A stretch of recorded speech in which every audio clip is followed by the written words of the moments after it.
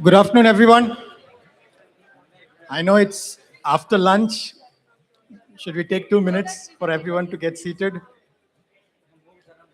I don't know if I'm going to do a good job. I see a lot of Gen Zs, like the minister said. I will try to compress it to less than 10 minutes. Okay, my name is Vivek. I'm with Roomba Technologies. We are very privileged to be a part of this conference, especially because at the heart of what we do really is sustainability and AI in terms of our design thinking, in terms of how we approach technology and solution building, because we work day in and day out with educators a lot. So, it can't get any better than this, getting associated with a conference that is headlined by AI and sustainability as a theme. So today I'm going to switch slides like this because we don't have a switcher. So I'm going to be talking about AI in business to advance sustainable development goals. As you all know, both AI and sustainability are very vast topics. So I think, I would like to say I'd like to stick to the domain of expertise that we work in, which is education technology. Essentially, I think we are sitting on the other side of the aisle. It's really nice to see so many distinguished guests here. We, as a part of everyday work, we work day in and day out with educators, right? So all the feedback that our customer success team gets, that gets, comes back to our product management team, that goes to our design team. That's really how we define our, solution roadmap. So I'm going to stick to education technology. I just wanted to put it as a caveat because business and AI otherwise is like a very, it's a universe of things. Okay, so I just want to start with all of you, I think, who've been reading about SDGs probably know those 17 goals. Out of that, in my view, I think it, probably you relate to this. Goal 4 and 9 are probably the closest, especially as a business that deals with solutions that is, sold to educators, right? Because the goal number 4 talks about ensuring inclusive and equitable quality education, promoting lifelong learning opportunities. And goal 9 talks about building resilient infrastructure and sustainable industrialization. So with that as context, I'm going to paint some backdrop about some of the use cases that we work at Roomba, and I'd love to share some of the experiences that we have had in terms of outcome measurements, metrics, dealing with students, educators, etc. Right? So I just want to start with some interesting fact. I mean, I put this together last night, but just to bring you back and throw some interesting stuff about. I'm pretty sure all of you are very curious about what's happening in the world of education around the world, right? I'm a self-confessed news junkie. I love to read about it. Some of the interesting stuff, right? You probably remember. I think it was December or Jan, about 6 months ago. Australia legislated a blanket ban on social media for folks who are less than 16 years old. I mean, think about it. I think France is about to become the first EU country to legislate a social media ban for children. Lessons from Scandinavian countries are even more interesting. Complete ban on young children exposed to screens. Finland, as you know, generally the #1 rank, usually in all SDG scorecards. Finland is even talking about completely reimagining the way we build classrooms, including the infrastructure and the technology that goes inside and all that. So I also wanted to put this in perspective because sometimes public policy is driven by sentiments. Is it really sentiment driving public policy, or is there correlation between research and what we see in terms of new legislation coming out, right? So clearly, if you look at these two reports, the Journal of American Medical Association, generally considered a very reputed journal that publishes evidence-based scientific facts, clearly says that there is a strong evidence, there is a correlation between early childhood exposure to screens and developmental disorders, right? Something to take note of. Second thing, United Nations put out a beautiful report a few years ago. It says, yes, digital technology is great, but it comes with a cost, health and well-being, reduced physical activity, so on and so forth, right? So there is a cost to driving technology, right from early ages.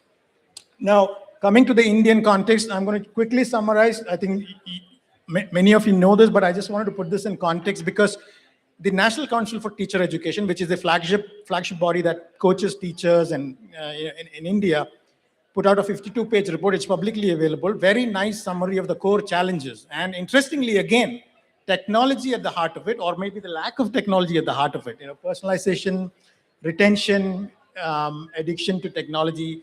For school teachers, I mean, think about it. These seem to be some of the core challenges they're facing in the classroom, right? So again, there's plenty of marketplaces. As we know, MIT's put their entire open courseware online, more than 500 million views. Young professionals going, seeking, learning outside the classroom, right? Something for all of us in this space to think about. So I just want to throw a couple of use cases because it wouldn't be complete without us talking about what we've done. We basically took a very different approach to design thinking.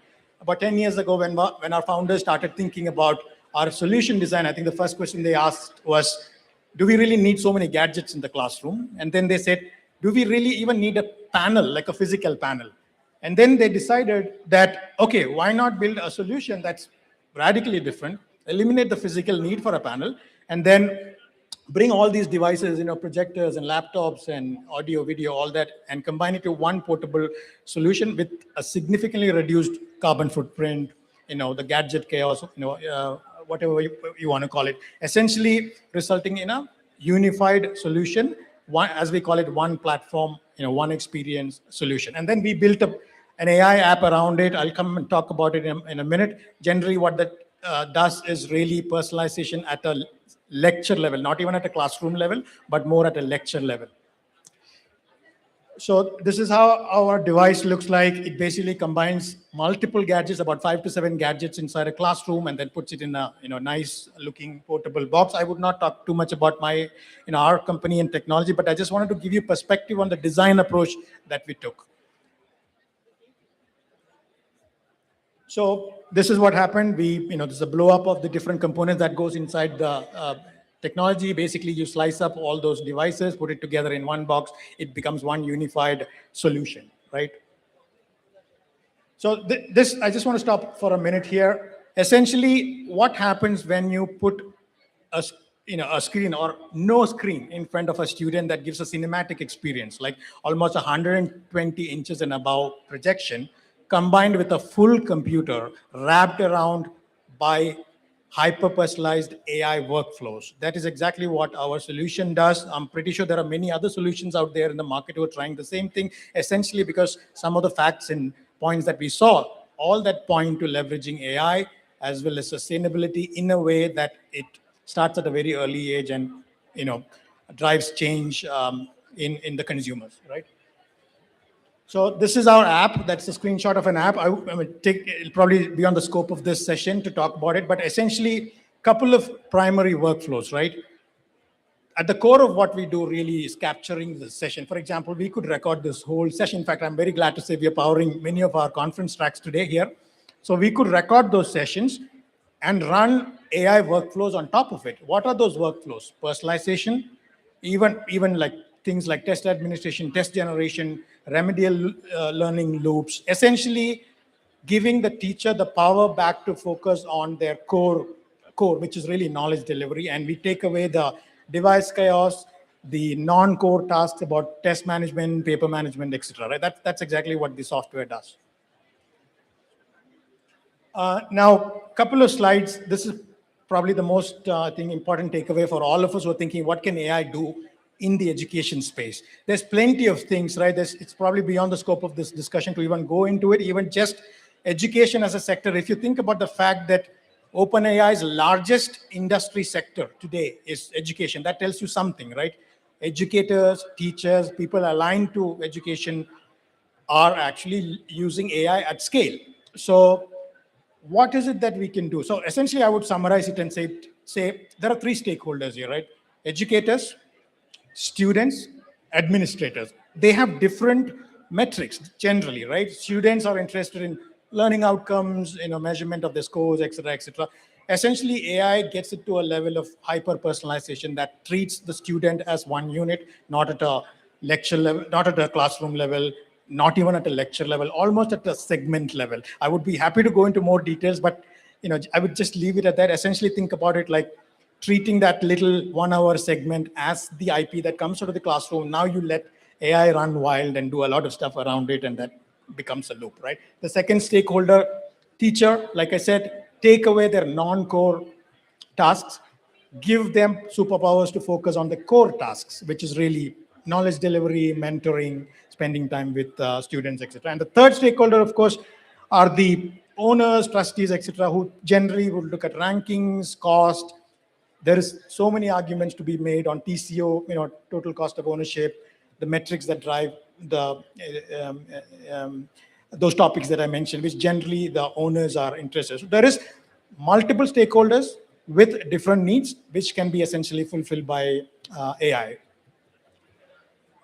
So I'll skip through it. This is different things that we can do. So essentially, this is really how we see AI and sustainability will sort of integrate into the education sector, right?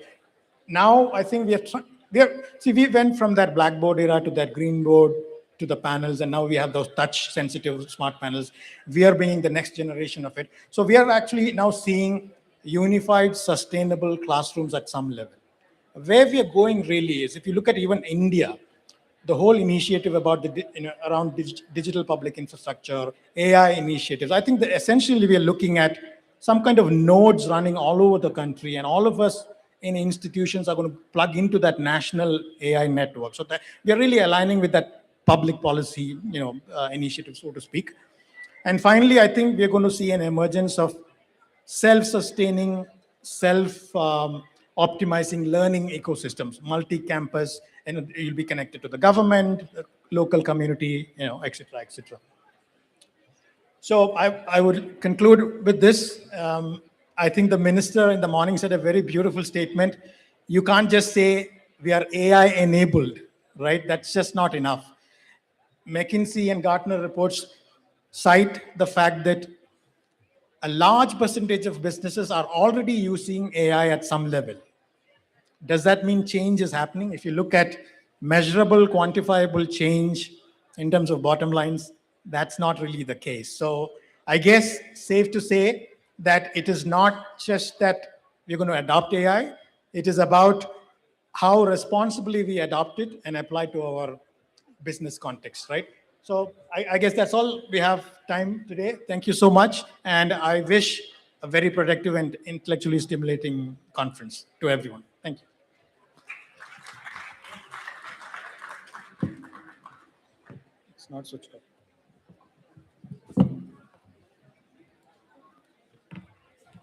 Thank you, Vivek sir, for your insightful keynote address, and also for highlighting the fact that technology with AI can always be sustainable. And I know that Roomba is doing that every day at the company. Thank you so much. We will head towards the plenary session, and I would like to hand over the mic to Girinarayan sir and Suresh Renukappa sir to take over.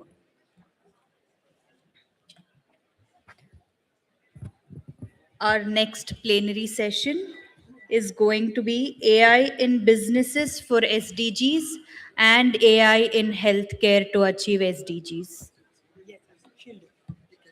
Ma'am, she'll do what? Yes, yes. We can do that. Come.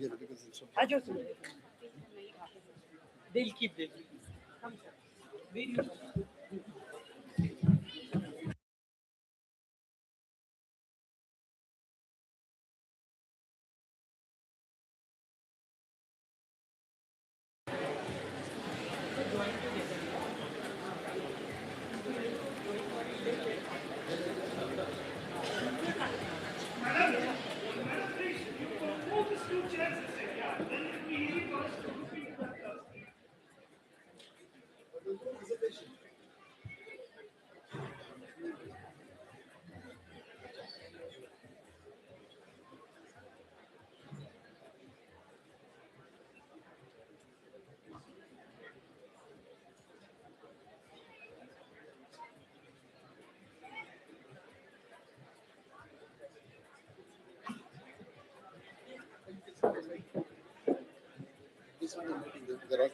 Yeah. Good afternoon, everyone. This is Dr. Sumaira from RV Institute of Management, conducting the further program. We now move on to one of the most anticipated sessions of MIX 2026, a plenary discussion on AI in business for SDGs. Over the next 1 hour, we will hear from distinguished leaders spanning sustainability, consulting, logistics, technology, and academic research on how artificial intelligence is genuinely being put to work in service of the Sustainable Development Goals. Guiding this conversation for us today is a name well known across Karnataka's HR and people leadership community, our chairperson for this session. Before I invite him up, let me quickly set the stage for what's ahead. A short round of introductions, a moderated panel discussion, a rapid fire round quickly, and time opened up for questions from all of you. So do keep your thoughts ready. You'll get the floor too. With that, let's begin. It's now my privilege to introduce the gentleman who will be chairing today's discussion, Mr. Girinarayan G. Mr. Girinarayan G, Senior Partner, your HR Buddy, Fellow and former Chairman, National Institute of Personnel Management, Karnataka Chapter. Mr. Girinarayan brings with him decades of leadership within the HR fraternity, having served as fellow and former chairperson of NIPM's Karnataka chapter. His experience guiding conversations at the intersection of people, organizations, and change makes him the ideal voice to steer today's cross-industry panel. Please join me in welcoming Girinarayan Ji to the chair.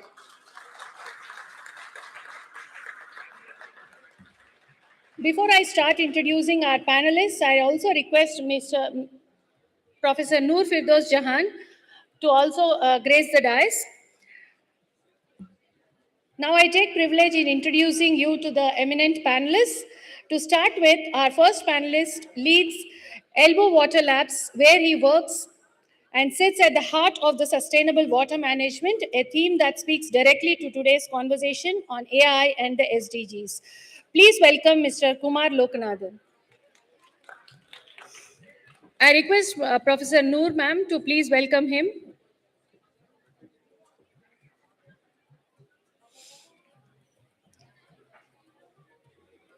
Next ahead on the panel is Mr. Parminder Balu. Bringing an international perspective to our panel, our next speaker leads green cities and circular economy initiatives at Wolverhampton Council in the UK. A fitting voice given this conference's partnership with the University of Wolverhampton. Sir will be joining us virtually with his presentation.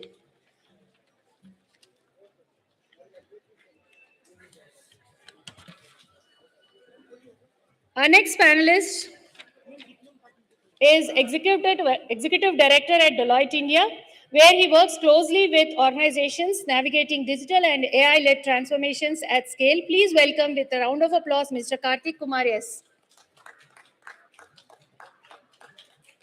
I request Professor Noor to present a welcome bouquet to Kartik Kumar.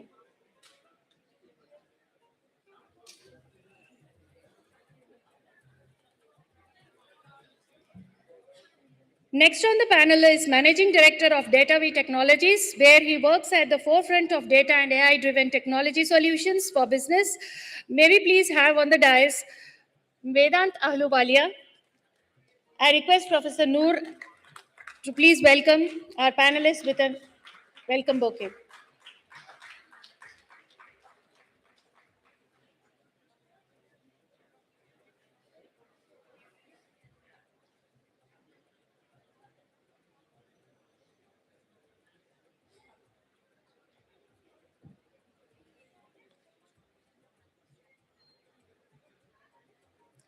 Next on the panel is Mr. Chandrasekhar Subbarao from SAP India Limited, bringing an enterprise technology perspective on how AI is being embedded into business systems at scale.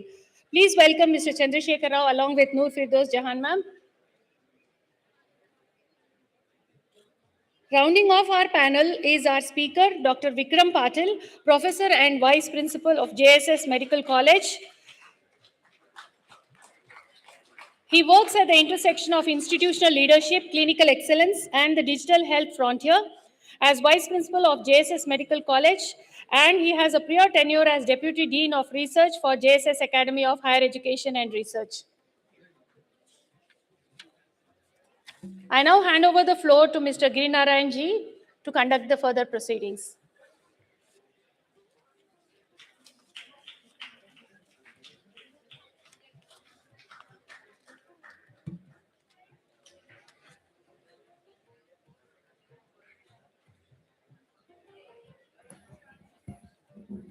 To jointly moderate the session, we also have Subhashini Suresh ma'am, who is the Joint Director of WBC R I. We welcome you, ma'am.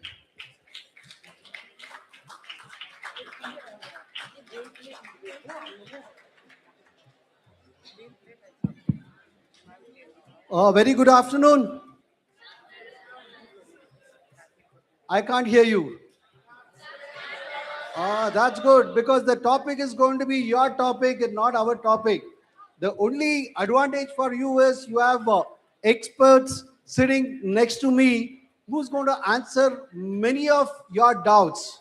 Okay, without wasting time, first of all, thank you so much, both WBC and the Bangalore City University for organizing this conference and inviting us to be part of this session. And if you look at it, this session is going to be one of the most important sessions because if you look at this is going to be a plenary one session where we are going to talk about, AI for business for SDG. I think just before we started the session, we had a beautiful presentation from the keynote address who talked about SDG goals. And I think, correct me if I'm wrong, there are 17 SDG goals are there, which is actually incorporated by the United Nations. And it is expected by 2030, these goals have to be, institutionalized across business, government, society, and so on. So that's where the sustainability comes in very, very important role. And the biggest advantage for me today is, if you look at, we have a solid panel and they all represent different industry. Somebody is from water and environmental sustainability, somebody who's going to be part of green cities and circular economy, and somebody is from the consulting business, somebody is from logistic business, somebody is from technology, somebody is from enterprise solution. So we have lot many people. Now, even before I start posing questions to them, to all the leaders who have an expertise in AI, just couple of days back, I was actually reading an article which was actually making me to really think differently about AI. And in fact, I quickly made a note of it. It says that there is a real risk which is going to start in AI. I don't know to what extent is going to be very sure. And I understand AI is fueling data breach.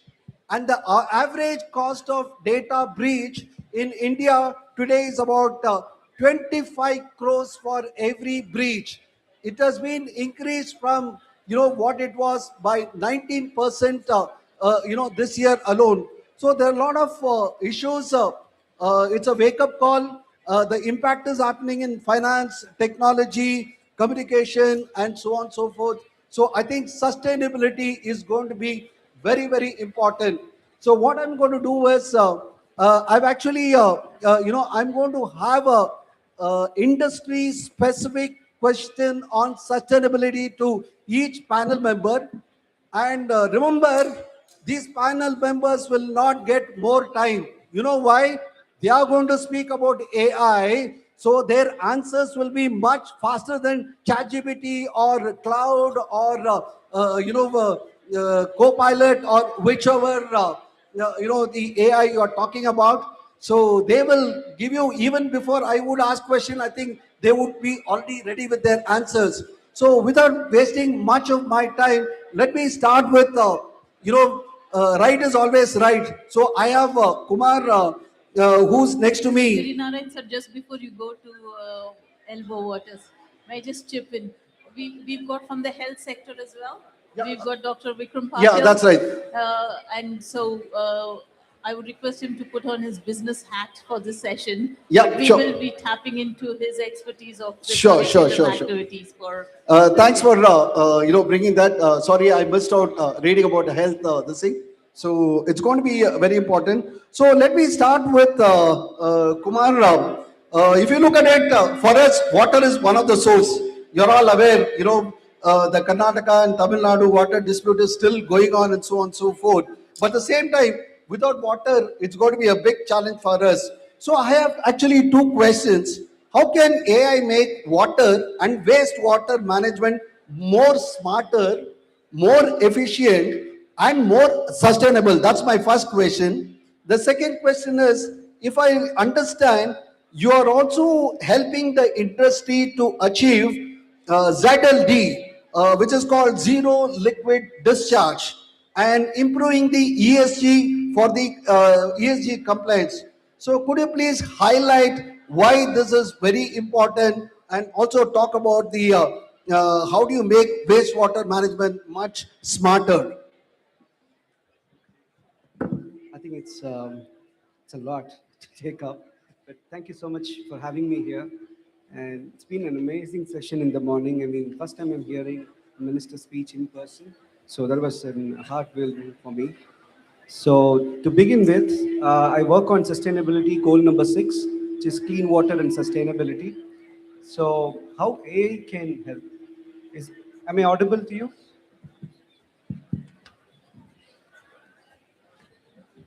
Yep. Okay. Yeah. I think, is that fine? Yeah. Yeah. Perfect. So to begin with, I would say to make 1 liter of water, you know how much amount of water we spend? Say for producing 1 liter of water, I would say 1 cubic meter of water, we spend some electricity, that is 1.5 kilowatt. For producing that coal energy, we are spending 4 liters of water. So imagine if I want to produce 1,000 liters, I have to spend 4,000 liters. How do I get this data? Have to collect, I have to do research and then accumulate all this for over the years. But now, what AI helped me, all this data has been tracked and then given in front of me. I'm able to optimize this because in a day, now there are plenty of water purification devices available in the market. And especially in the global scale, 2 to 4% of electricity is spent on water purification system on the global scale. So AI trying to give me this monitoring device in front of me so that I can control it better, because all I would do is trying to give more water. So to answer your question, I would say if I able to monitor this and control, I'm able to give a better water, at the same time able to save energy efficiency. Say for an example, if I have an energy efficient device, say 10% energy efficient device, I can have a 15% more water in my treatment plant, which gives 1 day of an industrial water requirement for any industry. So that all happens because of AI. And also recently, we are working on it, but still not implemented. We are trying to talk to the machine through AI. Say, example, how you ask questions to ChatGPT. Same way we can ask questions to our machine. How much water you purified today? How much power you consumed? And how much amount of minerals is there? So all this has been, intellectually trained and then educated through our machine, and which helps our client to improve. And the second question which you asked, the ZLD, the zero liquid discharge. As I mentioned, it is not typically zero liquid discharge, even though we recover all the water, but still we use consumables, electricity, chemicals, and of course, we use some amount of waste, the debris. So if you calculate that, to produce 1,000 liters, we literally waste 264 liters of water. It is not completely ZLD, but we call it ZLD, but still we working on it. So I would say, if you go for a solar or a wind, yes, then there is some amount of energy has been reduced, and which also reduces the water consumption in the market. But if you ask me holistically, say example, Bangalore city. Bangalore has a lot of water bodies. If I connect everything, like right from the amount of water in the river, right from amount of water in the well, and how much amount of rainfall happens in Bangalore. I can predict how much water is there for everyone. For an example, 20 years back, we have per capita water, that is 2,400 cubic meter. Now we are at 1,700 cubic meter. We have gone down because we have to save this water. So AI gives that power to monitor first. When you monitor, you try to save, and then you can control it. So all I would say is, if I can monitor, I can control it better. Thank you. Thank you, Kumar. One thing which he was very clear is, I think simple language, save water as much as possible. We don't know how it's going to be, because environment is, you don't know how the future environment is going to be a lot of challenges for us. So let me move on. I move on to Karthik. Karthik, one of the biggest challenge, what I find is, everybody talks about AI. But if you really look at it, forget the student's perspective, but today if you look at the business, particularly MSMEs, today if you look at it, country like India, the 50% of our revenue, or the 50% of the economic growth happens because of the MSMEs. But it is very, very unfortunate, at least it's, my observation, that MSMEs are actually finding very difficult to proceed on this, which I called as AI journey. Not because anything, they have challenges with limited budgets, the legacy systems, lack of expertise, and so on and so forth. And they really don't know where they want to start. Remember, they are the backbone of Indian economy, and you are already aware that India is planning to, India's aspiration of becoming the third largest economy by 2028. And MSME plays a very important role. And I'm sure AI is going to be one of the most important things. That's one part. Second is, even at the other corporate, sometimes I find that CEOs are not able to drive AI. Huge investments are being made in AI, but unfortunately, I find that sometimes the investment is not the right investment. The reason why I'm asking this question, because you are into, Deloitte is into consulting. You would have consulted, both the MSMEs and corporates and all that. So I wanted your views on this as to how actually investment in AI can make much more bigger, stronger, and also ensure that it's going to contribute the success of the economy, whereby India will be able to reach the desired goal of becoming the third largest economy. Thanks, Giri. That's too much of a question, and you wanted me to respond like a chatbot, and you asked a question like an essay. Okay, let me try to cover the questions. In the first place, yes, you rightly said, India is one of the largest economy, no doubt about it. We are marching towards the top, and now AI is going to play a major vital role in that, in breaking the barriers. So we are going to where AI is going to be a disruptor, as well as it's going to be a shining star for India, and certainly the investments into AI by the organizations and MSMEs needs to be monitored closely by the respective leadership. So let me, you have two questions for me. One is on the MSMEs. Let me take that first up. As you rightly said, there are 75 million MSMEs in India, and they are the backbone of our economy, no doubt about it. But they also have limited budget, which you already mentioned. Not only budget, they also limited skills. They also have limited technical appetite as well. So how they can adapt to AI technologies is, it's a very good question. And my suggestion and what we advocate is, don't jump into the AI bandwagon and start investing in large scale modules, large scale LLMs straight away, and what is available latest in the market. Don't do that. Instead of adopting AI directly, what they ideally should do is, first they should try and solve the problem what is in their hand. Pick up one particular problem, one problem at a time, or one challenge at a time. Pick up that. work towards it, how AI can help them in resolving the challenge, or AI can solve their business problem. So that is the key there, and they no need to straight away go ahead and jump and invest their entire lot of money in AI budgets. Certainly, everyone knows it's very expensive at this point in time where several research is happening.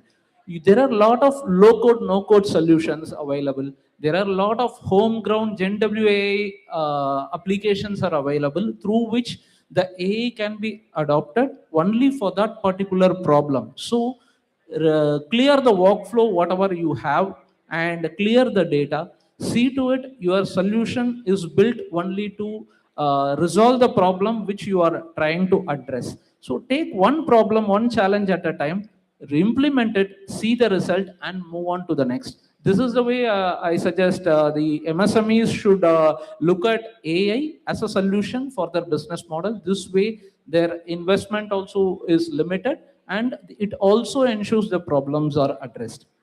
Now, jumping into the next question of yours.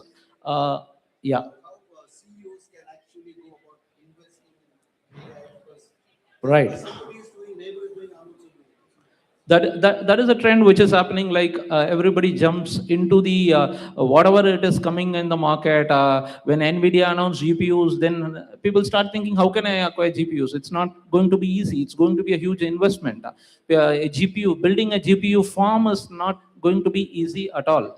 Even for the large enterprises, for the CEOs in particular, they need to look at how they can adopt AI where it is relevant for their business, and remove the challenges and the friction which they have in the business, and implement it in a small scale immediately. Even when they are implementing it, I suggest they look at the sustainability angle also, which I think which you missed at the core of this entire piece. So when you are adapting any new technology, see to it, again, AI is the biggest elephant in the room. So where it provides solution, at the same time, it is also going to take a lot of resources which are needed, and we really need to see whether it is sustainable. And to ensure that it is the solutions which they adopt is sustainable, see to it the data centers which they host the solutions is also running on renewable energies and not directly from the grids.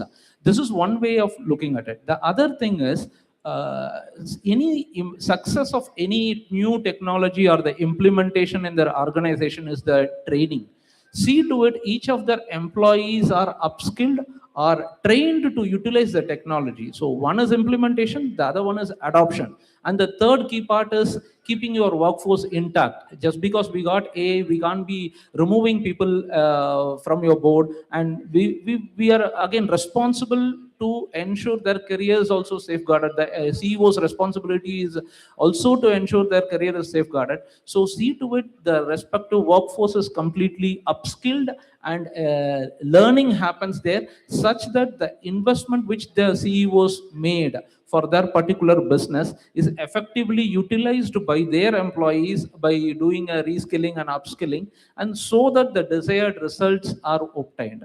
So that is the way the CEOs should look at it. And adding to it, I also suggest people should again spend more time, effort, especially the enterprises, on research. Instead of looking at the ready-made LLMs which are available, they can build their own team which can build SLMs. That is where again the future is going to be. I am keenly looking at as a next kind of like AI, SLMs, like AI, LLMs of AI, the SLMs is going to be the next disruptor, is what I am looking at, which will be more economical, again, which will be more resource friendly, sustainability perspective also. I hope I answered. I'm not sure whether it's a chat GPT answer which you expected. I think you gave a lot of insights, both in terms of why MSME should actually start also looking at adopting AI, and also you also talked about how CEOs can go about investing on AI. But actually, this also makes me to ask straight away Vedant a very interesting question, because if you look at, I don't know how many of you have seen the Data Technologies website. One of the things which he says that is to create winners in AI. But today, if you look at the students who are sitting here, for them, you want any answer immediately, for them, ChatGPT or whichever mode of AI and all that. And sometimes they get answer because it is part of their curriculum. The professors are asking for answer. They don't know whether the answer is right or not. But why I'm curious about ask this question is because you say that you're going to make winners in AI. So that means winners in AI is, for me, is all about how am I going to sustain, AI. So that's where my question to you is, what exactly you mean by winners in AA for any organization for that matter? Though Karthik talked about both MSMEs and then corporates, I'm talking about the whole sector, including all of us are representing different business sectors. So how do you, what do you mean by winner there? And secondly, I think we're all, everything, this AI has been miserably used word. I think even our chief guest for this morning, the minister, was also talking about AI is not everything and so on. And that's where one of the things which again I want to check with is how do you really use AI to create innovation, create business value, and create a competitive advantage? Why I'm asking this question? Because you talk about winners in AI. So over to you, Vedant. Thank you, Giri, and good afternoon, everyone. I'm glad those of you that are still here are really interested in learning a lot about AI and understanding the landscape. Very good question from Giri.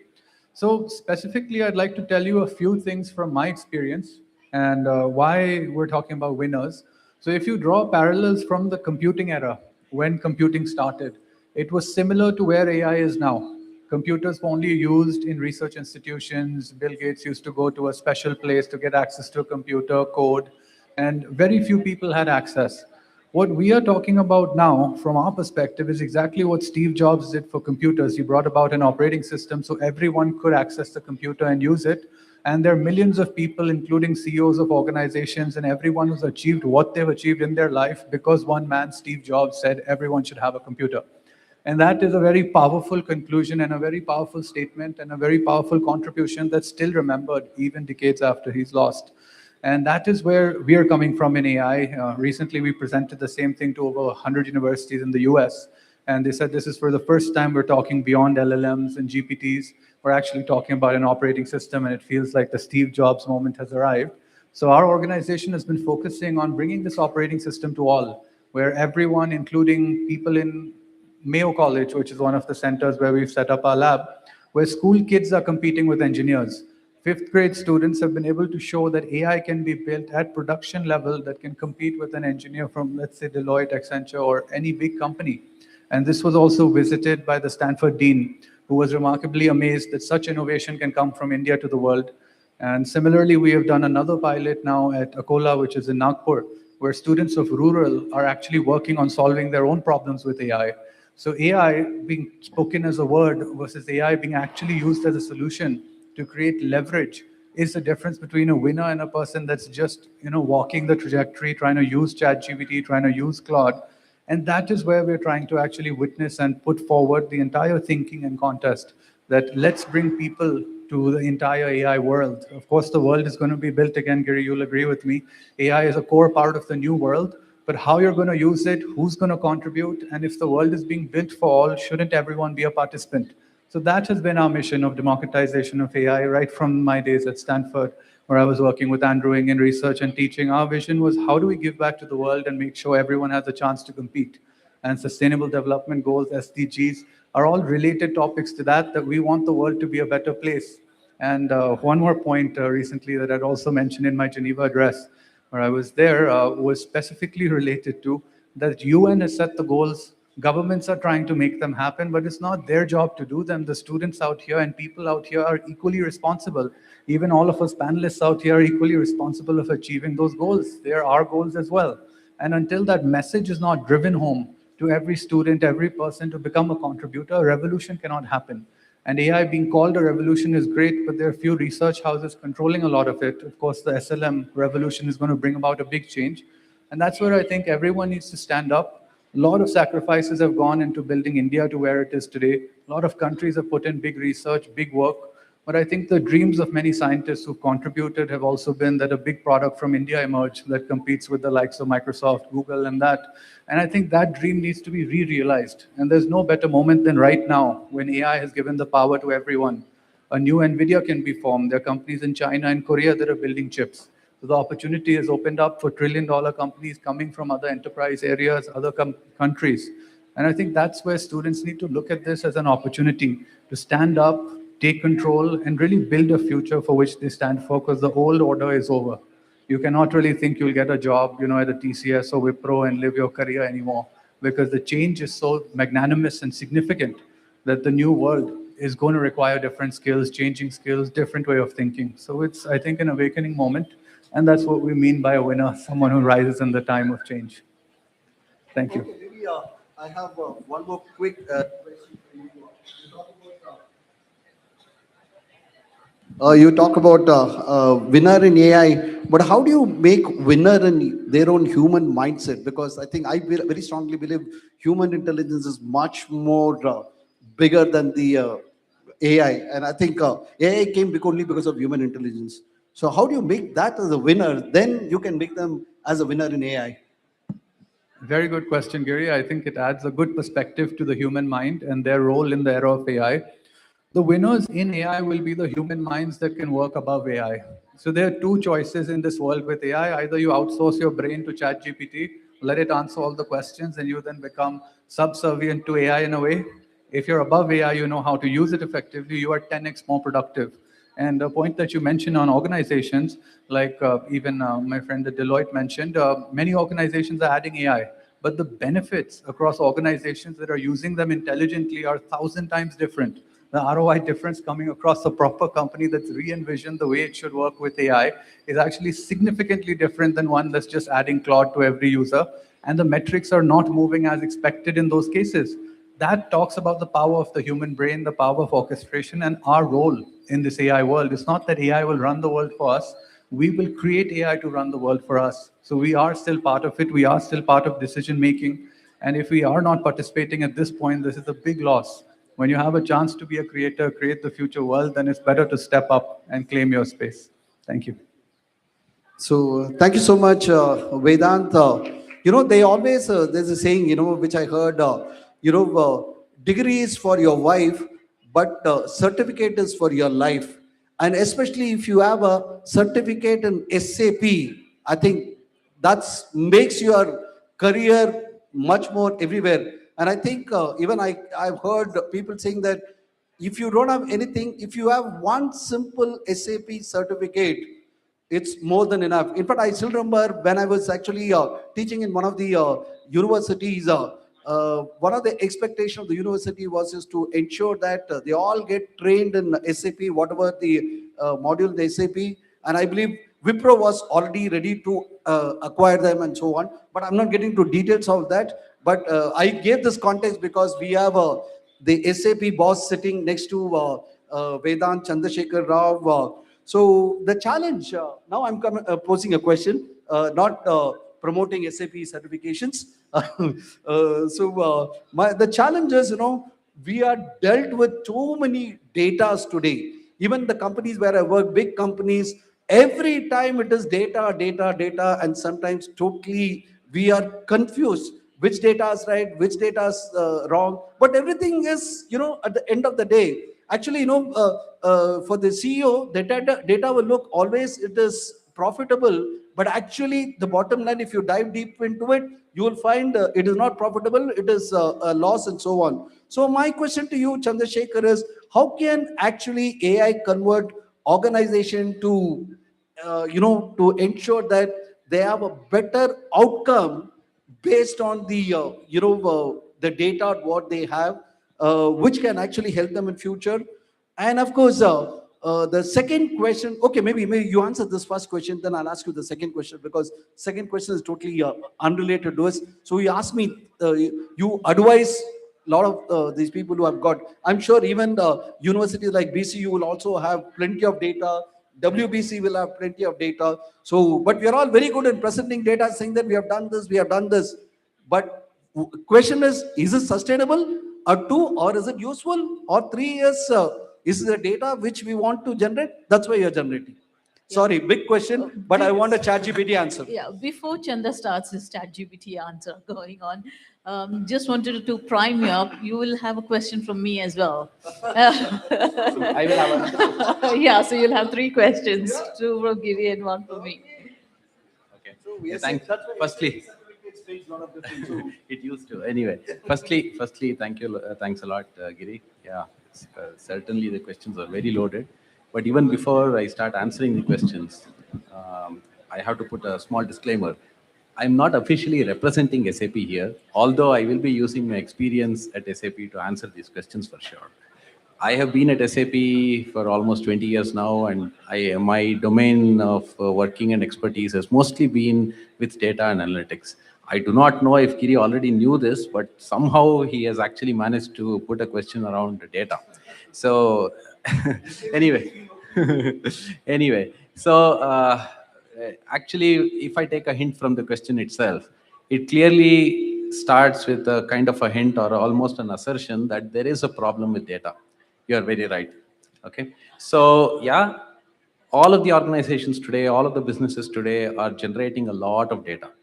And that everyone knows data is the raw material. It is the most important thing for AI to work, etc., right? But the real problem is for the question, I think, was how do we connect, or how do we ensure or make AI understand this data and help the organizations to go towards the sustainability goals? Is that the question? With the sustainability outcomes, yeah. Okay, so I'll try to answer in the best capacity as possible. Okay, so fundamentally, like Giri asserted, there is a problem with data. The fundamental problem is it's kind of very siloed. In most of the businesses, the data is very siloed. So you have businesses running their HR systems, their CRM systems, their SCM systems, their finance, their manufacturing, digital manufacturing, each of them generating and data that are coming from, say, IoT devices, sensors, etc. There are any number of sources of data. And most of the times, these data or this data live in their own silos. AI cannot work very effectively when it is not kind of homogeneous. So especially when we look at sustainability, so where exactly is this sustainability metric? Where exactly is this sustainability goal? Or where are we actually getting the sustainability data from? So Mr. Kumar was actually, referring to this, attributing to this, right? So whenever you say that I have actually consumed 1 liter of water, it is not exactly 1 liter of water. There is much more behind that. So if I'm actually saying I'm using some 2000 kilowatt hour energy, so it is not exactly that, it is much more than that. So where is this much more coming from? How do we exactly measure the sustainability metrics? So that is where AI, and even before that, some enterprise engineering will come into the picture. We have to build a sustainability semantic layer. So we have the business layer. Business captures all of your transactions. It captures your facts, your operations. Basically, it is all of your operational data, right? So this operational data, your transactional data, your facts do not have the data that is relevant to make any sustainability deductions. So this AI has to now fuse or homogenize this business data with the sustainability data. This data is coming from so many other different sources, many government sources, ESGs, the GHG protocol data, so many different sources of sustainability data. So AI has to bring in the semantic, the sustainability semantics over this data. That is when AI will actually become very effective. That is the first problem that has to be solved.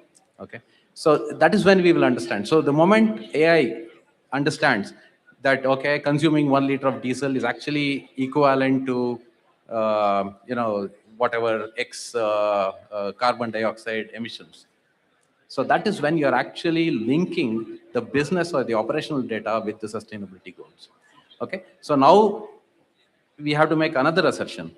If I follow this and if I actually follow the sustainability goals, will I be, profitable? Because that is fundamentally what the business has to be doing. The business has to be, profitable. So now the question will be, okay, what is that I have to do to make the business profitable? Will now be, what is that I need to be able to do to make the business sustainable and profitable? Okay, that's fundamentally the question that will need to be answered, that AI is able to answer. If you look at any system for that matter, AI is employed for what? I mean, where is AI actually effective at? It can read data, it can understand data, it can read patterns, it can continuously monitor data, right? So with this, if it is able to read patterns, continuously monitor data, what's the next thing it can do? It can predict. And it can suggest optimizations, it can optimize. So these are fundamentally the things that we want to use AI for everywhere, right? So if I'm able to do that with the sustainability metrics, we can be sure that, sustainability goals are met along with, the goals of the business also. Okay, so I think with that, Oh. Yeah, just to follow on from that, I've seen your work in the Ayushman Digital Bharat machine. How do you see the AI role in that? Okay, so some time in the last 3 or 4 years has been in pursuing a doctoral degree in the University of Wolverhampton, and my study has been around healthcare delivery through the Ayushman Bharat digital mission. So Dr. Shubha's question is, how do we see AI?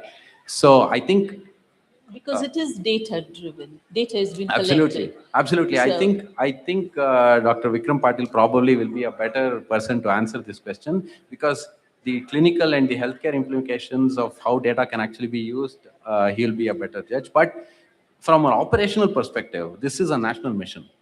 Okay, this is a national mission where crores, literally crores of people's health records are actually being, synergized, and they're being brought under, a controlled system.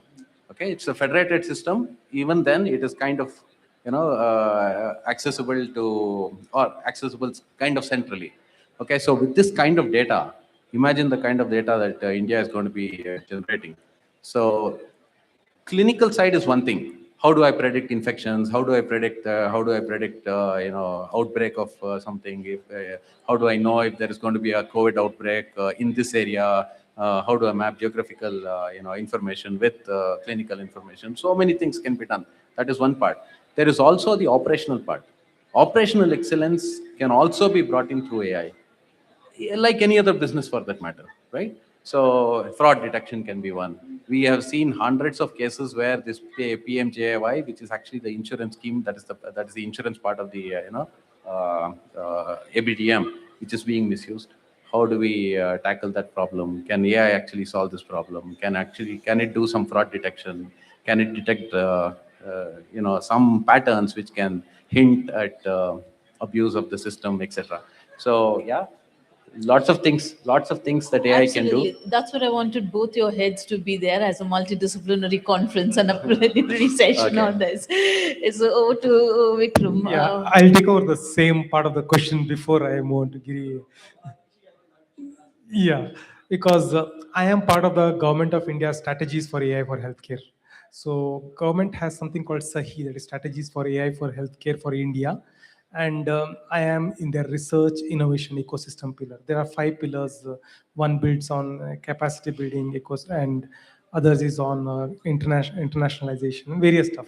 So where we discussed this was again done by National Health Authority, which is ABDM, which Shubha just mentioned.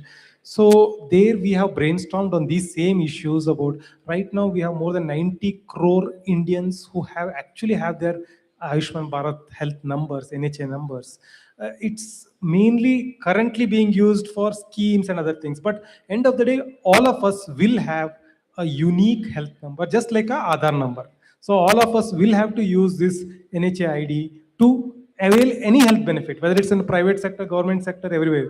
So we are coming with a huge amount of data, and that data is going to be very, very sensitive data. It is not like any other data that can be breached. So there is a lot of challenges that comes with data, naturally with health data of this amount, but also it gives us the mileage of looking to personalized medicine. You can give more, see, for example, we all take a dose 650 for a headache or fever, but that doesn't mean not work. Maybe she requires something else, he requires something else. So all this can only happen when we have data in place, when we analyze the data. So health is the biggest sector where data is going to play a role, I would say, and it's going to make an impact to each one of us because it's all personalized for us.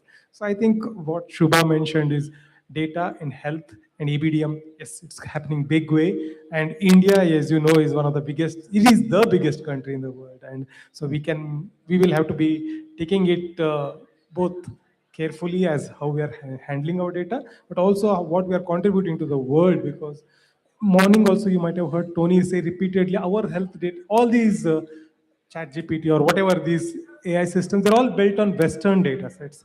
But what we need to do is something for our own data sets. And that's possible if we all join hands together, not break the silos. And that's what I would conclude with. Thanks very much. And this question applies to everybody in the panel, and you all can go in the sequence you'll want.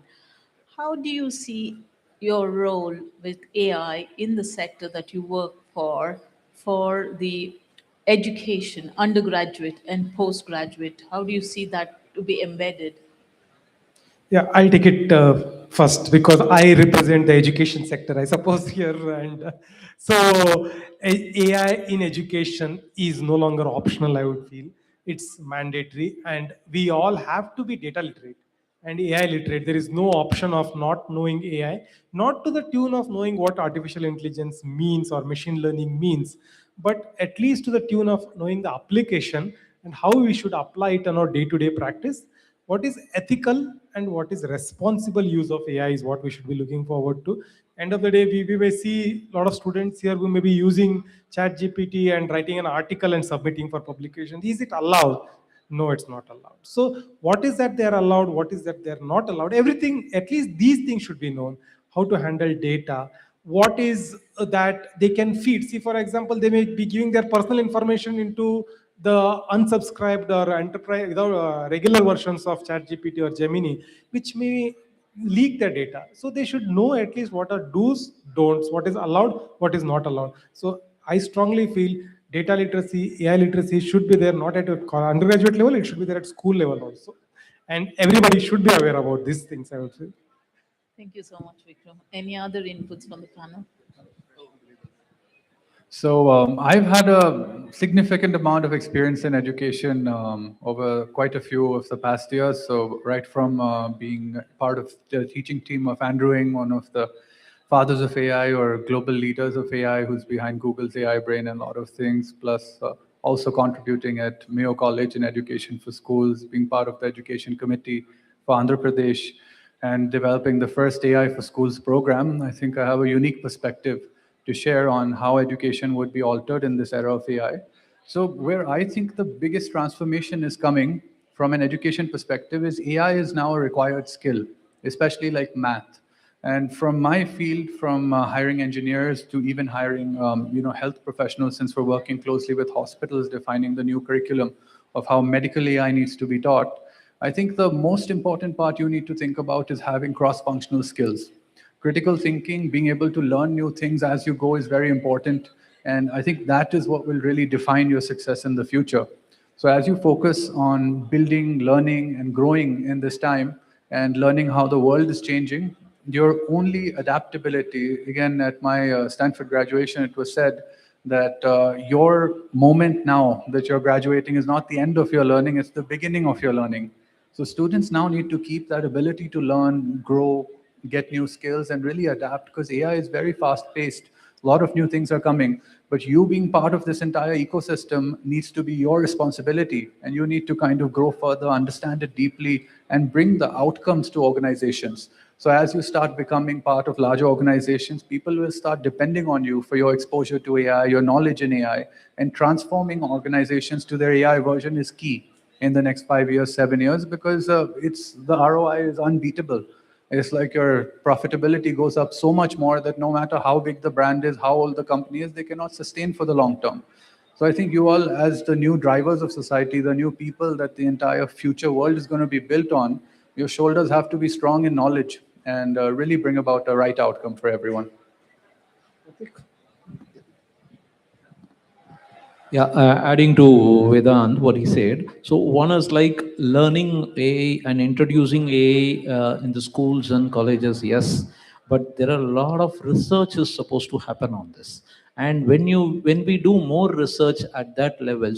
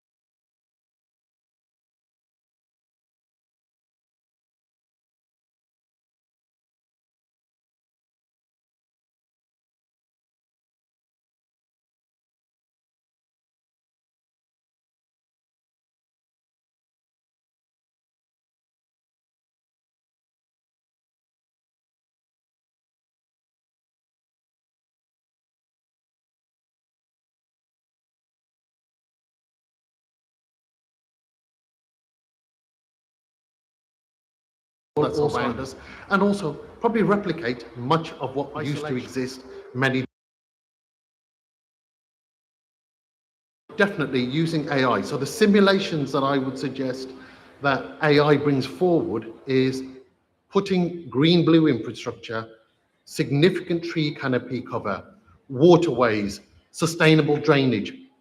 Put those into the simulations and the scenario building that you're doing and see how that brings out the benefits for both business and citizens, and to have a greener, more pleasant environment in which to spend your time and your days. There is evidence around the world that not only will this reduce our temperatures within our cities, but it will also help with mental well-being. Isolation, create spaces within the cities where people can congregate, the young, the old, the vulnerable. Bring that sense of family and community right back into the heart of the city and have it in lots and lots of different pockets around. Embrace family, embrace community, embrace nature, help AI or use AI to help us bring back the fabric of family cohesion and community that will naturally come about through nature. That is my one priority I would certainly endorse. I would look to do that here, and I am doing that within the city of Wolverhampton, and equally on a regional base within the West Midlands, and I'll talk to others about doing that elsewhere as well. So please use AI for good and help it support the delivery of good quality and rapid deployment at an accelerated pace of nature for green-blue infrastructure within our cities. Thank you again. Okay, we had a good input from Mr. Parminder Balu. Before I move on to the audience, this round is going to be a rapid fire. I want all the panels to answer this question much faster than ChatGPT. And for all of them, there is only one question. So you will have only just less than half a minute to answer this question, because we also want to test whether you are faster or ChatGPT is faster. So the question is very simple. What is one application that you believe which will make the greatest contribution to sustainable development over the next 5 years? Once again, I'll repeat this question. What is one AI application that you believe that will make greatest contribution to sustainable development over the next 5 years? There is no order. Anybody can take this question. Water is always first. So, to begin with, I would install a lot of monitoring devices to understand the water body so that we can estimate our water consumption as well as the water resource in the city. And that can lead to next 5 years, how much amount of resources has to be recovered. So the monitoring is the first step to conserve something, and then we can control it. install Elbow app. Yeah, absolutely.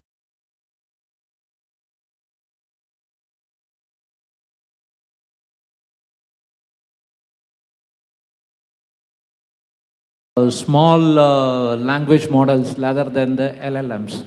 So what this means is the edge compute, SLMs is what I'm looking at, which should be 100% offline AI infrastructure, which can run autonomously and not dependent on the large scale LLMs and with the big data centers kind of a setup. So this is a disruptor which I'm looking for very keenly, so that the adoption can happen anywhere at any point in time and realize the benefits of AI with the sustainability angle towards it without gulping more of the natural resources. Just add one. Even the data center needs water, so we have to optimize it. Yeah. Good marketing.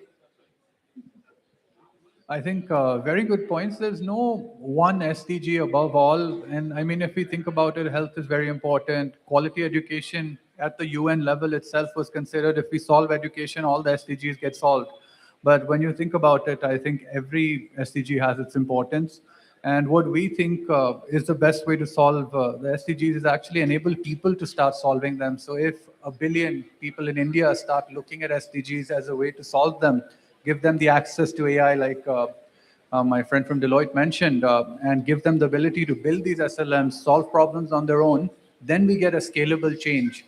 And in SDG achievement and in solving problems, you need scale. You can help one household, but helping 1 million households, 10 million, requires AI and requires that change. So that's been our work so far, allowing kids to actually build such models. And kids have built face-based heart rate detection and big things that are helping multiple sectors. So I think the change is coming.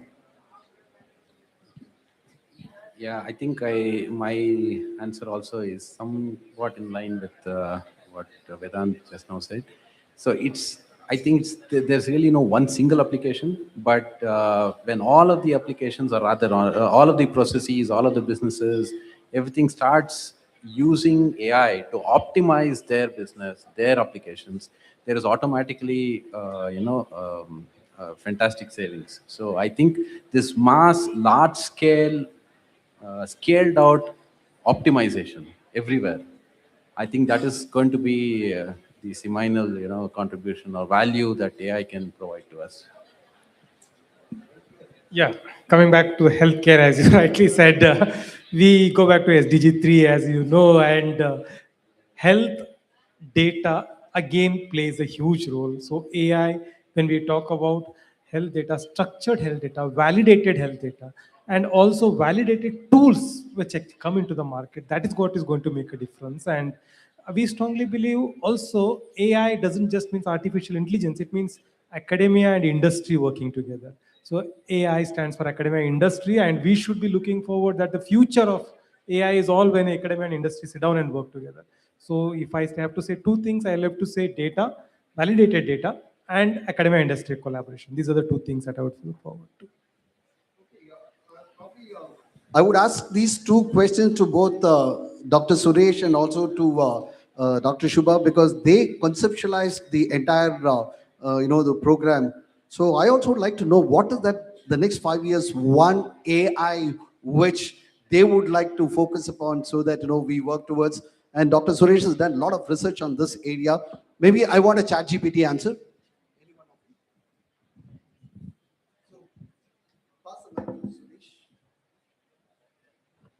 Sorry, Dr. Suresh, I made you to get up from there.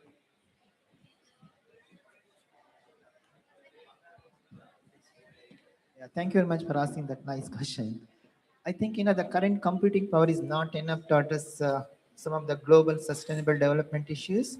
Say, for example, if you take smart cities as a whole, the current computing power is not enough to manage the Bangalore, say, for example, 2 crores Indian Bangaloreans data. So we need to look into that. The way I'm seeing, as Intellect colleague mentioned, so we are just starting the AI computing. So it's a long way to go.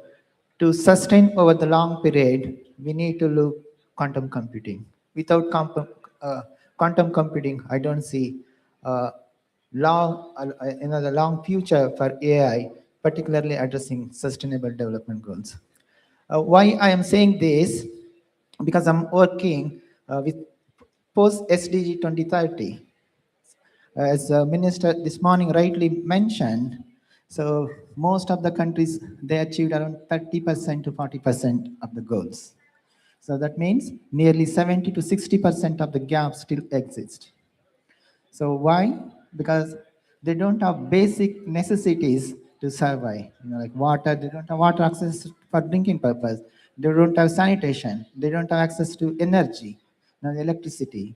Yeah, they don't have access to healthcare. Like if they want to see doctors, they can't go and see because they don't have the power to spend the money. Yeah, how many people in the world they're excluded from the education? Nearly 2 billion children, they don't have proper access to education. So to address and all bring together, we need a more strong computing power. Just 2 days back, we visited QPI.ai lab. This is what we discussed with Nagaraj, CEO of that company. So, we can't stand at one point thinking everything will happen. It won't happen. But we need to be more innovative. See, next 5 years, 10 years, 15 years, 20 years, how world will be? What are the mega challenges we'll face? How do you develop strategies or innovation to address those things? You can't do for today's problem, the innovation. Innovation need to happen for the future. Thank you. I'll take your first part of the question. Why did we conceptualize and why we are here today and tomorrow? AI, for Suresh and me, it's not new. It's not something last 5 years or 10 years. papers were published in the American Society journals way back 30 years ago. And that's what caught our eyes. And we were trained then. But what was the situation then? For a computer, you had to remove your slippers to make sure dust is not accumulated. We were in floppy drives. I'm sure the back end of the room would not understand it. Yeah, now everything takes place through our smartphones. And how has that happened? It is the infrastructure, the computing capability that is grown over the years with the hardware and the software that forms the backbone of it. And today, we are just at the tip of the iceberg about AI, artificial intelligence.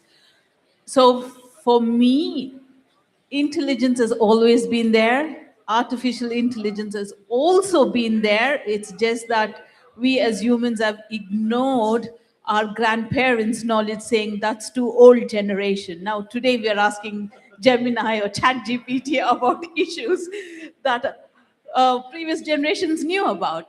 So, why did we choose artificial intelligence for sustainable development goals, and especially leveraging is we worked with the UN and these 17 sustainable development goals. We have applied technology in those, especially the digital transformation.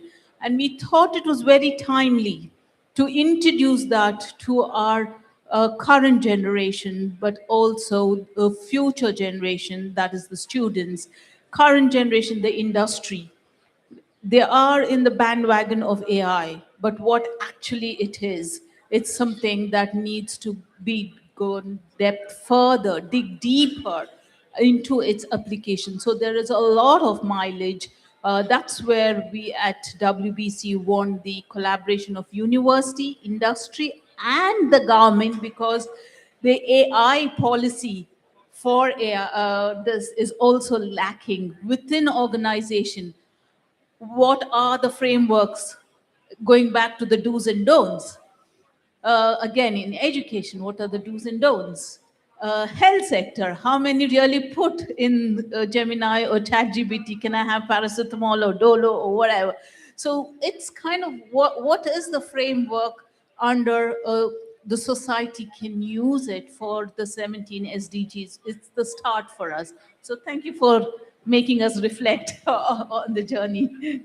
Thank you so much. But actually, even before I jump into the question, we saw Professor Noor was just keeping quiet for a while. She thought I will never ask her a question, but I'm going to ask her a question because she's into academics. So can you quickly tell me what skills should the students today develop to work in the era of evolution for sustainability? Not only using AI, but sustainability. So if you can answer quickly, then we can move to Dr. Suresh. Yes, sir. Thank you, sir, for this question. So very close to my heart, because as academician and students, as we are heading towards the growth, it is artificial intelligence which we are embracing and we are going ahead. So students, they have to learn to deal with their own intelligence plus artificial intelligence. Both they need to collaborate, and they have to learn that none is going to replace each other. They have to walk two hand correct together. They have to work, they have to adopt to the environment. Whatever they were doing it on their own, today AI is there to complement them, AI is there to support them, not to replace them. So they have to learn to work with AI, to live with AI, because after all AI can do all the work, but to direct AI to do the work, it is the students, it is the academician who have to involve themselves and ensure that how AI can support us rather than replace the real intelligence of the students. So they have to be smart, and it also a lot of innovations, creativity that AI can lead towards that. Correct. Nowadays we are thinking that because of ChatGPT, because of Gemini, the students' creativity thinking, their outlook, it is going away, it is fading. Children are not thinking; they're just typing, and whatever AI says, blindly they are giving it to us. So that is something we need to work on, and students have to learn. AI will also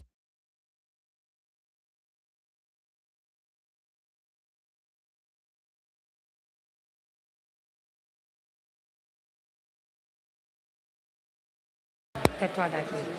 Yeah. Yeah, the main reason why we conceptualize, linking sustainable development goals and AI together. So we wanted to bring global innovation into solving local problems. So we all know that Bengaluru, is undergoing tremendous urbanization, particularly addressing transportation issues. Like if you want to move from point A to point B, it takes 2 hours. So it's not good from economic development point of view, and also from societal point of view, isn't it? And how about from environmental point of view? If you move 2 hours, so you're wasting, like burning more fuel, that creating negative impact on the society through bad inhaling of bad air. That's not good. So we are creating more burden to the society than addressing some of the local, the Bangalore traffic or water problem or energy problem or, some of the inclusive community issues. So that's the reason. How can Bangalore and Karnataka learn from developed world, particularly bringing AI solutions to addressing our local problems? Thank you. Now, maybe we have time for 2 questions. Is it okay? 2 questions. Please ask these panels the most difficult questions. They will answer like a ChatGPT. So, anyone, please, you never get this opportunity to meet these great guys. They are much better than all your, AI tools. Anyone, any questions? Anyone? No questions? Surprising? You still prefer to use your mobile for getting answers? At least one question. Yes, sir.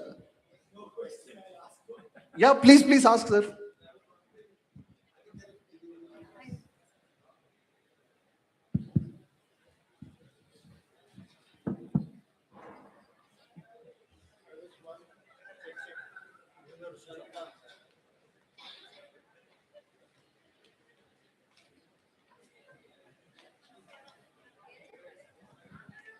Check. Well, since AI is the core theme and there's representatives from multiple sectors in the business, I don't know if any of us actually spoke about AI governance. And considering there's plenty of, we have education, consulting, lots of sectors represented, perhaps some perspectives and points of view on governance in the Indian context and in general. I think we did touch upon. Yeah, I'll anyway again we did touch upon a little in between, but AI governance, as we look into at 2 levels, I'll represent one from the education sector, which we are working and what we are doing at education sector level.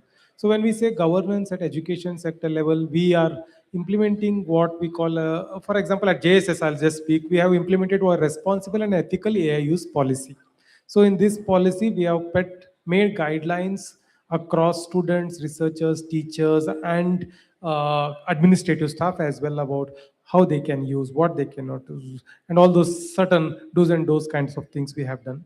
That is a governance level we have introduced. And also we have constituted what we call as AI units in each college, so that these college units will actually monitor these, whether this is being implemented and everything, and some amount of governance is implemented there. I am as also told that I'm working at the government level. At the national level, if we see, we have given recommendations from our core committee. We have done a subcommittee meeting now and it's gone to the main committee. We have given recommendations of what the ethics committee should be looking forward, how the ethics committee should be constituted to look care of these kind of AI, newer concepts when AI comes into the market.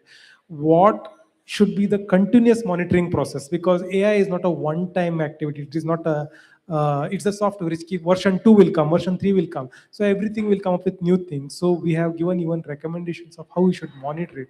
So all these have been given. We have even given a recommendation to create a new regulatory body because the current regulations happen through CDSCO, which is equivalent to FDA, but we have suggested there should be a new regulation because CDSCO is sitting with pharmacy faculty there who are not able to manage the AI capabilities which is coming through. So we have given a recommendation to constitute an AI regulatory body. I don't know how far the government will accept all our recommendations, but things are in place. But as you rightly brought out, crystallization has not yet happened. Everything is in fluidic mode and everybody are talking and things are going in the right direction. Probably in the next couple of months, it may crystallize where things will become how governance should be across sectors. That's my take on this. Just wanted to add, recently there was a, I don't know whether how many of you are aware, there was a change in the labor laws. So the labor laws have become labor codes with effect from November 2025 onwards. And it is being implemented across all industries, irrespective of whichever sector you are. Now, if you look at it, labor laws are generally complicated in India. So what they've done is to make it simplified, they have actually divided this into 4 codes. I'm not getting into details of that. But having said that, one of the consulting company where I'm a senior partner, your HR buddy, what they have done is they have actually created an app. And maybe offline I can share that app with you. And the best part is, let's say, for example, you are opening a business in Bangalore. What are the labor laws applicable? You just go to this app, and it's based on the GPT, platform and all that. It gives you immediately, for example, what kind of workforce you can do it. So that way, since you talked about governance, one of the challenge with the governance is, are we really following the law of the country, especially when it comes to labor laws? Ultimately, at the end of the day, all of them are, leaders, but then every organization, labor laws are applicable. So do they know where exactly what to apply and so on? Because there is a central government provision, there is a state government provision and so on. So that is where, this, tool, this, whatever they have developed, it very clearly tells you each and everything. For example, in this state, what kind of a leave, other state, what kind of a leave and all that. So I'm not getting into details of that, but yes, AI is really helping in bringing a sustainable governance across the business. I think, sorry. Yeah, we work with UK government to develop AI governance model. Some of my colleagues from India are also the part of that development framework. So what we suggested them, who owns the data? If AI makes some decision, who's taking the responsibility of that? Say, for example, if in the ICU setting, so if the clinicians make a decision, if it is going everything good, it's good. If something goes wrong, who is responsible for that? Who takes that responsibility? Is clinician or AI model? So whom do I need to, take a legal action? So we developed some comprehensive, assess the policy, the one of this kind in the world. We want to develop similar to that in the India as well. Part of Chandra's PhD work for Ayushman Digital Health Mission. We are also working with Vikram from JSS University and also AIMS. So we identify some of the gaps in our Ayushman Digital Health Mission to embed AI into that. And also we're working on education also. So many, nearly 40 policy documents we developed recently related to AI and governance and everything. Thank you. It's a very good question. Any other questions? Yeah, yes, sir. Please. Sir, can you use your mic, sir?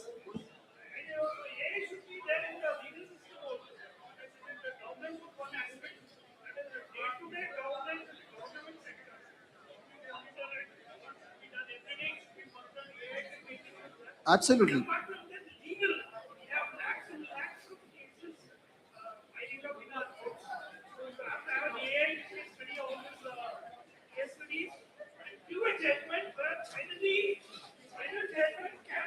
Human.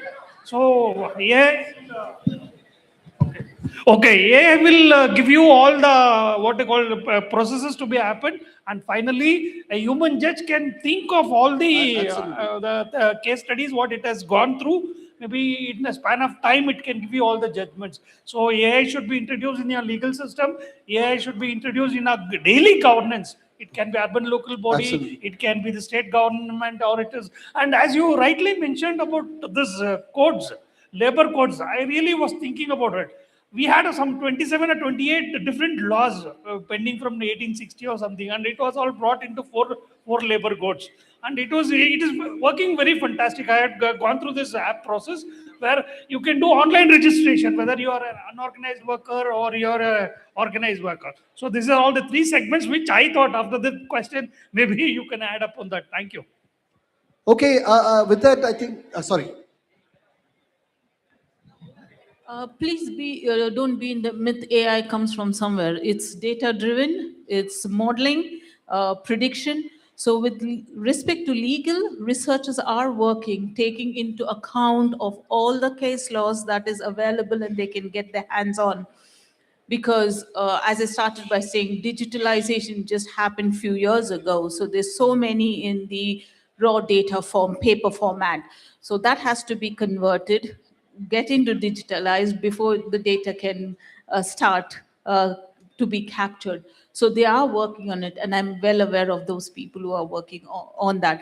And that again goes to the question of local to global. So these cases, when they're analyzing, it would be to a particular country.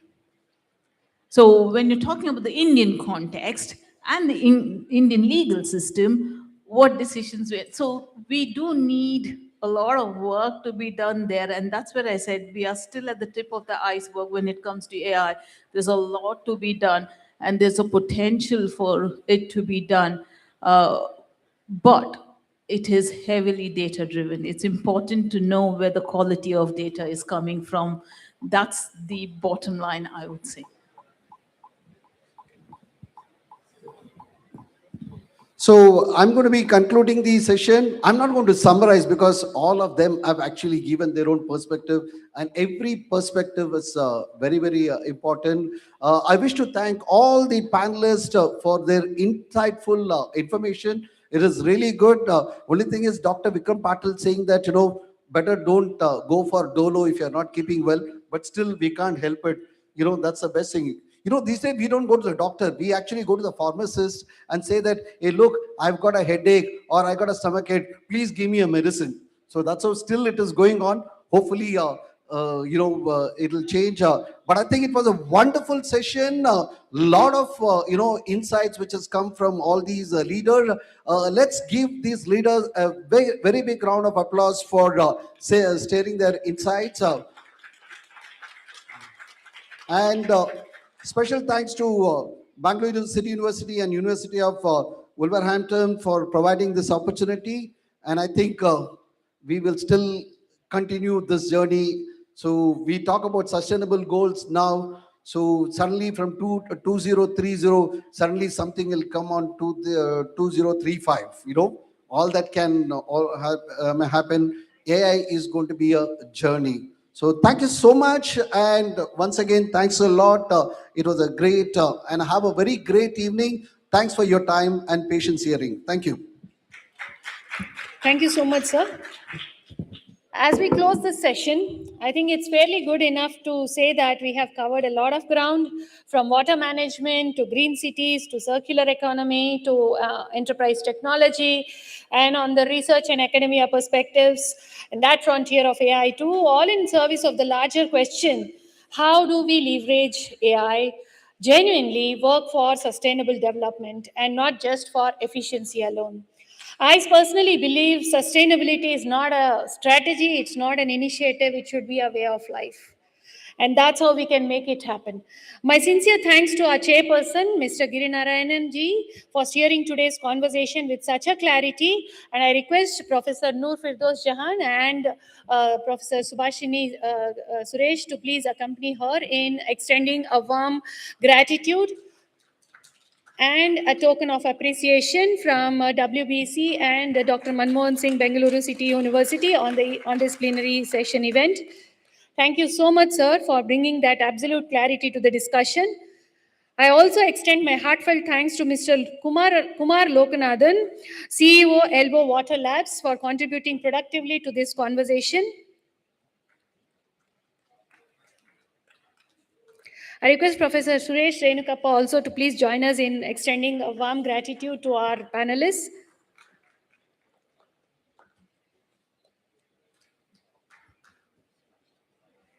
I also extend my heartfelt thanks to Mr. Karthik Kumar from Deloitte India for contributing effectively to this conversation.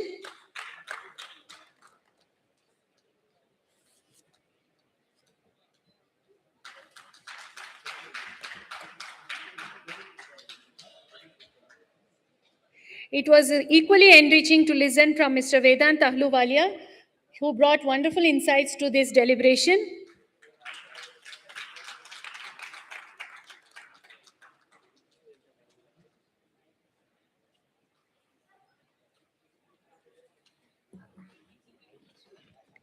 So your contribution to the conversation was really wonderful, Mr. Chandrasekhar Subbarao, sir, from SAP India Limited.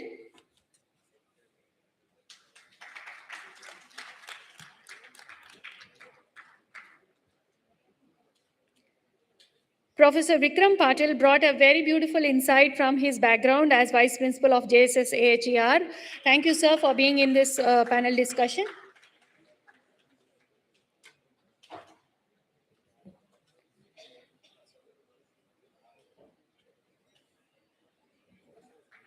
Now I request Professor Subhashini Suresh to present a token of appreciation to Professor Noor Firdaus Jahan for her contribution towards this discussion.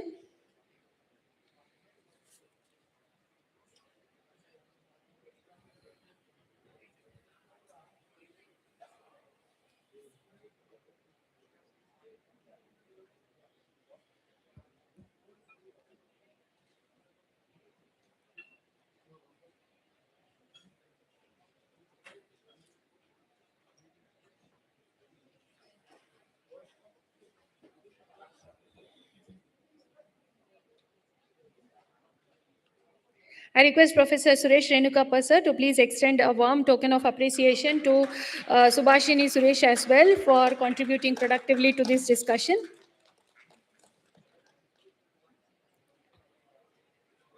And to all of you in the audience, thank you for your energy and your questions. That brings us to the end of this plenary session. Yeah, we will have one group.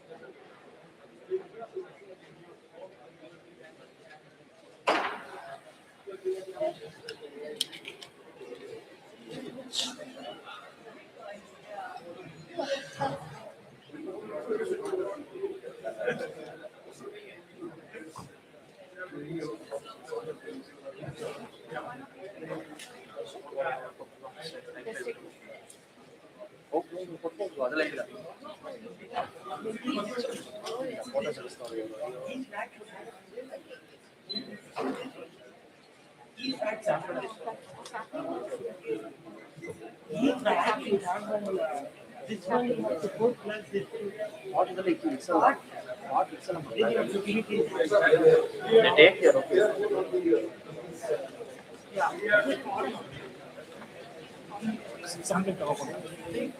Hey, Kali. Kalidas. ಅದರ ಇಟ್ಸಲ್ಲ ಅಲ್ಲೇ ಅಲ್ಲೇ ಅಲ್ಲೇ ಅವ್ರು ಬೇಕಾದ್ರೆ